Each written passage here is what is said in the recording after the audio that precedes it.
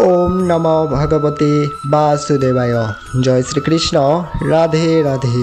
बंधुरा 2 तारीख 17 आषाढ़ रोज मंगलवार অনেকে হয়তো পালন করবেন জ্যৈষ্ঠ মাসের কৃষ্ণপক্ষের যোগিনী একাদশী। প্রত্যেকটি একাদশী ব্রত ভগবান শ্রী হরি বিষ্ণুর নিকটে নিবেদিত হয়।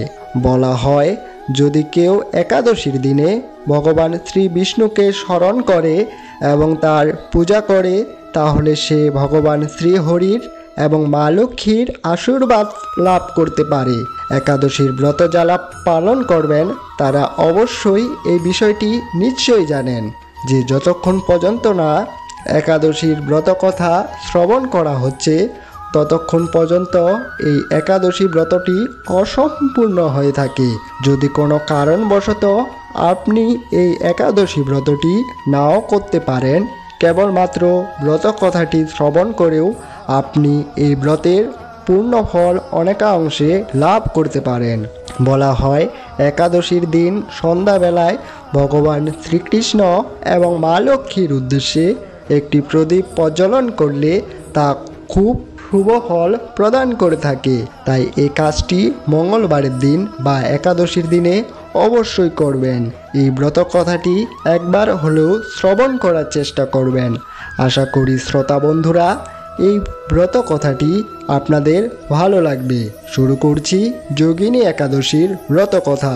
ব্রহ্ম বৈবর্ত পুরাণে আষাঢ় মাসের কৃষ্ণপক্ষের একাদশী ব্রত মাহাত্ম্য যুধিষ্ঠির শ্রীকৃষ্ণ সংবাদে বর্ণিত আছে।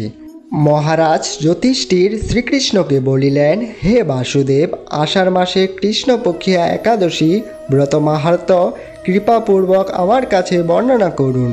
তখন ভগবান শ্রীকৃষ্ণ বলিলেন, হে মহারাজ, সকল পাপ বিনাশিনী ও মুক্তিপ্রদায়িনী এই উত্তম ব্রতের কথা বলছি, আপনি তা শ্রবণ করুন। আষাঢ় মাসের কৃষ্ণপক্ষী একাদশী যোগিনী নামে পরিচিত, মহাপাপ বিনাশকারী ও এই তিথি ভবসাগরে পতিত মানুষদের উদ্ধার লাভের একমাত্র নৌকা স্বরূপ। ব্রত পালনকারীদের পক্ষে এটি সর্বশ্রেষ্ঠ ব্রত বলে প্রসিদ্ধ। এই প্রসঙ্গে আপনাকে একটি পবিত্র পৌরাণিক কাহিনী বলছি।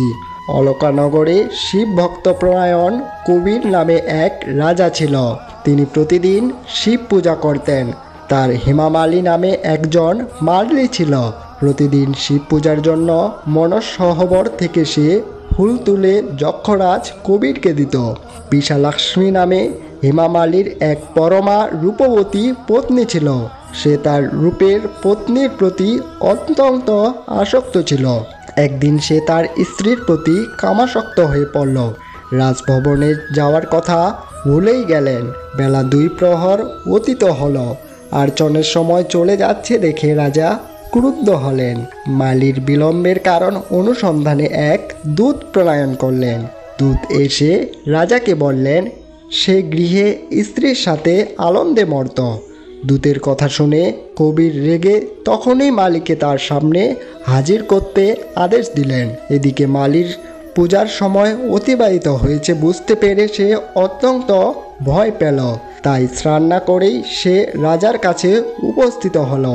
তাকে দেখা মাত্র রাজা ক্রোধ বশে চোখ রাঙিয়ে বললেন, হে পাপিষ্ঠে দুরাচার, তুই দেব পূজার পুষ্প আনতে অবজ্ঞা করেছিস, তাই আমি তাকে অভিশাপ দিচ্ছি।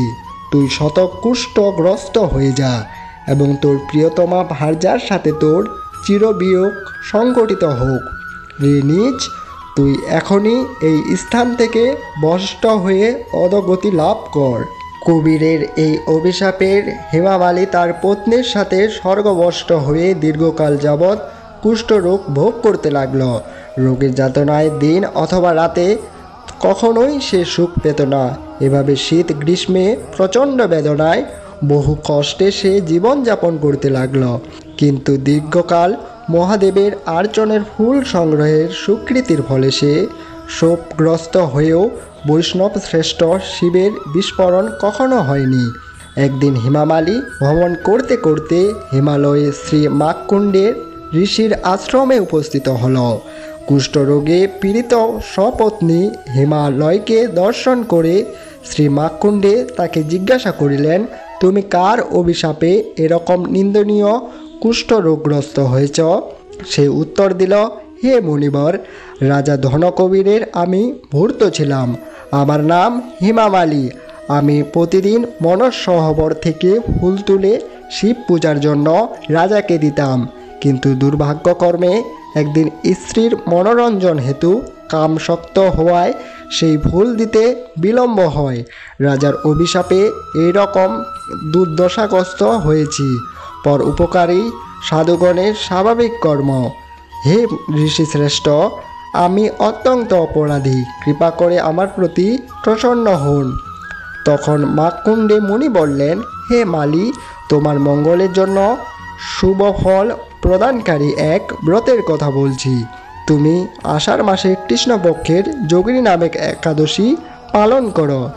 এই ব্রতের পূর্ণ প্রভাবে তুমি অবশ্যই কুষ্ঠব্যাধি থেকে মুক্ত হবে।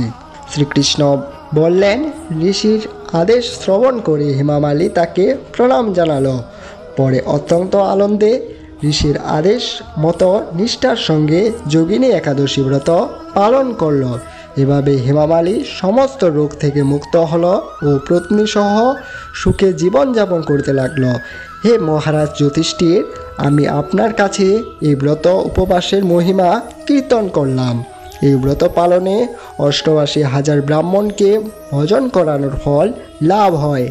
যে ব্যক্তি এই মহাপাপ বিনাশকারী ও পূর্ণ ফল প্রদায়নী যোগিনী একাদশীর কথা পাঠ ও শ্রবণ করে সে অচিরেই সর্বপাপ থেকে মুক্ত হবে। বন্ধুরা, যদি এই ভিডিওটি আপনাদের ভালো লাগে তাহলে অবশ্যই একটি লাইক ও সাবস্ক্রাইব করে পাশেই থাকবেন। আজকের ভিডিওটি এখানেই শেষ করছি। দেখা হচ্ছে পরের একটি ভিডিওতে। ততক্ষণের জন্য ভালো থাকবেন, সুস্থ থাকবেন এবং কমেন্ট সেকশনে অবশ্যই জয় শ্রীকৃষ্ণ লিখে যাবেন।